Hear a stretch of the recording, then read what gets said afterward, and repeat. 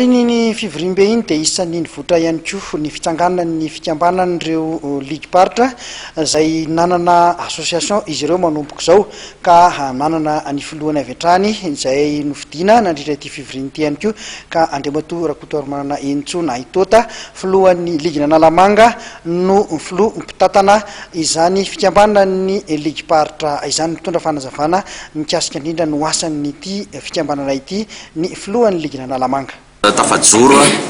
amin'ny fomba ofisialy zany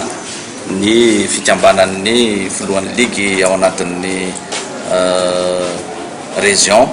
roa amby roapolo ary dia voatendry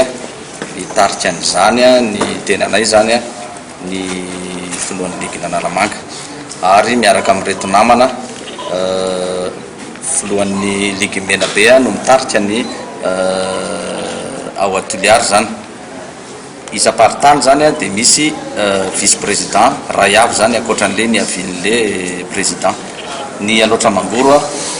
no mitarika ny ao Atsinanana, ny ao Fianaratsoa dia i président Larion, ny ao Mahajanga dia président Nordine, ny any Dego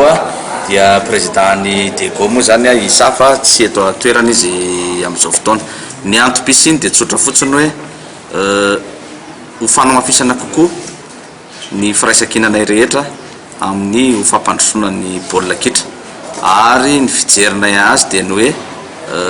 ho mafimafy kokoa ary ho tsaratsara kokoa ny fiarahanay asa amin'ny fédération malagasy ny baolina kitra fa tsy takan'ny teo aloha izay neritreretinay tsy dia nahitana fahombiazana firy amin'ny lafiny maro ka amin'ny fomba ofisialy zany no ilazanay aminareo mpanao gazety fa dia tafatsangana izay rafitra izay eo anivon'ny fédération malagasy ny baolina kitra.